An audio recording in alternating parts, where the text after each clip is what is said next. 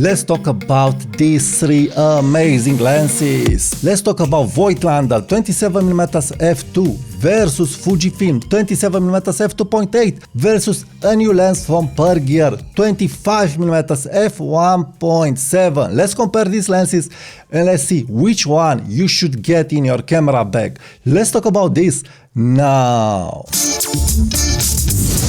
Hi there and welcome to my channel. My name is Tudor Matescu and in this video I want to compare three lenses that share similar field of view. But from my point of view, they are very different lenses at different price points with different characteristics and different, of course, results. So let's see if you should have all these three or just go with one lens that will rule them all. And my conclusion, I think, will be very, very interesting. So if you are in content like this, please subscribe now to my channel and give it a like. So the first lens that we have is Fujifilm 27mm f2.8 Mark II from Fujifilm AF lens. The next lenses are manual focusing lenses. We have the Pergear 25mm f1.7 lens, new launched lens, and Voigtlander 27mm f2, a premium manual focusing lens, a budget lens, and a pancake lens from Fujifilm. So, should you have all these three, and what lens is giving me the best results? What lens I do love the most? So, let's start first with Fujifilm 27mm f2.8. You are able to see that the Fujifilm 27mm f2.8 is very small, very light, very thin. So, very thin lens. I feel this is the thinnest lens from all, and also I feel that this is the lightest lens from all. We could also check the weight, but this is the lightest and the thinnest. The next lens that is very small, it is the Pergear lens, followed by the Voigtlander lens. But in real world use, does it matter? In real world use, does it matter? No, it doesn't matter. All these three lenses are very small, very light and very thin. Pergear, it is the heaviest from all. But in real world use, doesn't matter again. So regarding size, weight, footprint, it doesn't matter. This can't be your buying decision factor. The buying decision factor must be around price, image quality, and how the lens is operating. The next point is image quality. Let's talk about the image quality. Let's talk first about the minimum focus distance, because for me it's very, very important. So the minimum to focus distance. Pergear has the best minimum to focus distance and it's amazing. It is 0.2 meters, 20 centimeters, followed by Voigtlander 25 centimeters. And on the last place is Fujifilm lens with 0.34 meters, so 34 centimeters. I'm really not liking it. I'm really not liking it. So, for minimum focus distance, if this is important for you, for me is important, the win goes to the Pergear. Great minimum to focus distance. You will get amazing portraits, amazing product photography and all kinds of effects because you will be able to get very, very close. So, very, very important. Now, let's talk about image quality on the 40 megapixel sensor, because all these lenses are resolving the 26 megapixel sensor of Fujifilm, and all these lenses are looking great on the X-T5 and other Fujifilm cameras. Well, my conclusion is funny. I'm not liking how the Fujifilm 27mm f2.8 is rendering on my 40 megapixel sensor. I'm not clicking with it. It's a flat lens, it's a sharp lens at pixel level, but not always, I'm liking more how the Voigtlander is rendering and how the Pergear is rendering when I don't have flare. So let's get to the next point, flare. The best flare resistant lens, it is the Voigtlander lens. So the Voigtlander lens has the best flare resistance.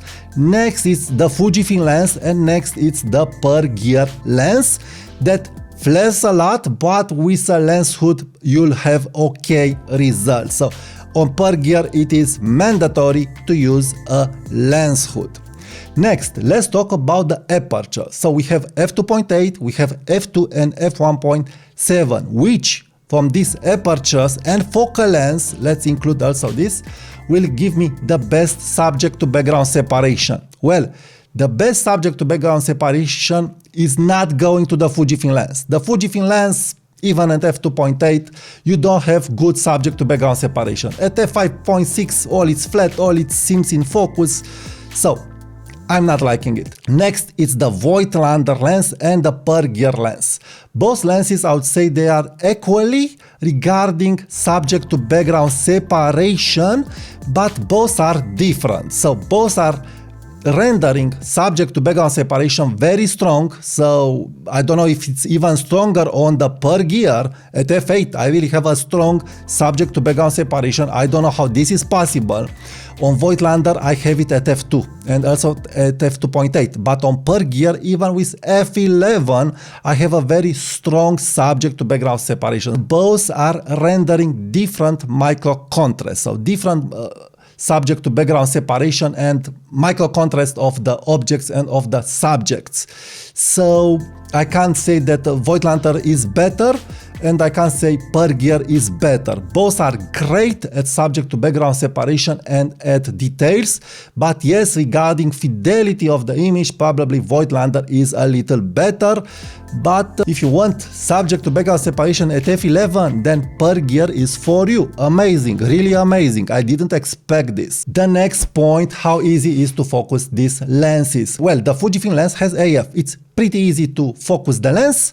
Next, it is the Voigtlander lens. The Voigtlander lens has a focusing tab and a very nice focusing scale, very accurate focusing scale. So on the second place, I am putting the Voigtlander lens, and on the third place, I am putting the Pergear lens because it's pretty hard to focus. You really need to use highlight picking. And this is it. I'm very sad that they didn't make a better focusing scale with a focusing tab. Wow.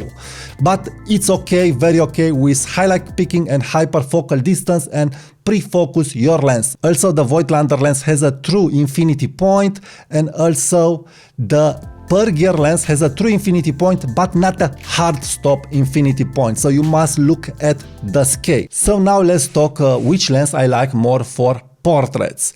Well, the Fujifilm lens, I am not liking it for portraits at all. I'm not liking it. I'm sorry. I'm not liking it. What can I do?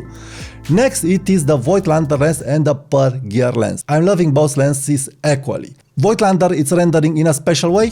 Pergear is rendering in another special way. I can't say that the Voigtlander rendering is better or the Pergear rendering is under Voigtlander. They have special rendering, very nice, very sharp, very good results with nice subject to background separation. The bokeh from the Pergear, I'm feeling it, I'm liking it more. Probably because it's smoother, it's swirly, it's giving me a special look. But also the Voigtlander bokeh, it's very okay, but because we have here a 25mm f1.7 with a great minimum to focus distance, you'll be able to get better portraits, I feel, with Pergear. So this is it. Next, for street photography, how these lenses are comparing for street photography and for family photography. So for street photography, I feel that Fujifilm, it is the easiest to be used because it has AF, followed by Voigtlander, followed by Pergear, because you really need to use focus picking, and the focusing scale of the Pergear is not at the level of the focusing scale of the Voigtlander lens. But for family photography, also I'm feeling that Fujifilm is doing a great job, but it's not that rendering that I want, it's not that bite that I want, it's, I don't know, I'm liking more the X100V lens. So between all these lenses for family photography, I would go with Pergear. It's small, it's cheap, you don't have to worry because your kid will broke it, and you'll get that f1.7 and you'll get that great ability to get very close, to get all kinds of interesting shots, and again f1.7. So really good results for the Pergear in family photography, I would say, because you get some funky, nice results, very interesting. Voigtlander, it's a more professional lens. Again, it really depends what you want. What you want from your photography, a more clinical look, a more Ultron look, a more flat look, or a more funky look, a more interesting look, a more film-like look, because Pergear, it will be very good to be used with all kinds of Fujifilm film simulations. Of course, the other two lenses are also giving you great results, but Pergear, I feel, because it has all these characteristics and all this special magic to it, will give you a little more of that funky hipstery look if you want that in your photography. So which one to choose and which one to buy? It really depends. If you want AF, it's simple. Go with Fujifilm. The image quality is okay, but I don't feel that you love the lens. It's a practical lens. Again, it's a pancake lens. It's not a special lens from Fujifilm. We must not request from this lens more than what it is. It's a pancake lens that is dedicated to make from your Fujifilm camera a compact portable camera with AF. If you want a more specialized lens with AF, then there is Viltrox 27mm f1.2 for professional work. For street photography, I would go with either of these three lenses. Either one is good, but for portraits photography, where I want, again, special effects, special rendering, I would go as my first choice with Pergear, because the renderings are very special, followed by the 27mm f2 Voigtlander lens. If you don't have none of these lenses, I would start with the Pergear. Why? Because it's very cheap, it's very easy to be bought and you'll not break the bank. So it's very easy to justify to have it in your camera bag. If you like the Pergear and want more image quality, again use the Pergear with a lens hood, then I would go for the Voigtlander lens. And after this, if you really want AF, I would go with the Fujifilm lens. So it's up to you depending on what you want. For street photography, I feel that the Fujifilm lens and the Voigtlander lens are very good, but also Pergear, it's amazing with that micro contrast. So it's very hard for me to say this is the one. No, all lenses are great and you must decide with which lens to start. So my conclusion is that if you love this field of view, like I am loving this field of view, I would buy all these three lenses starting with the Pergear because it is the cheapest one. Next, I would go with Fujifilm because it is cheaper probably than the Voigtlander lens, and after that I would get the Voigtlander lens. Does it have sense to have all these three lenses in a camera bag for a beginner or for a hobbyist? I feel that yes, it does have sense because all these lenses are rendering special effects and all these lenses will give you different experiences. So it's not about the image quality for a hobbyist or for a beginner or for someone who is passionate about photography. It's about having an experience, and all these lenses will give you different experiences. So I really do recommend get these experiences. Start with which lens you want and after that experience another lens. Now please subscribe to my channel, use my affiliate links if you want to get something from the gear that I'm using and especially one of these lenses. Also check my next videos, leave me a comment, like my video and share my video. Thank you and I'll talk to you soon. Bye bye.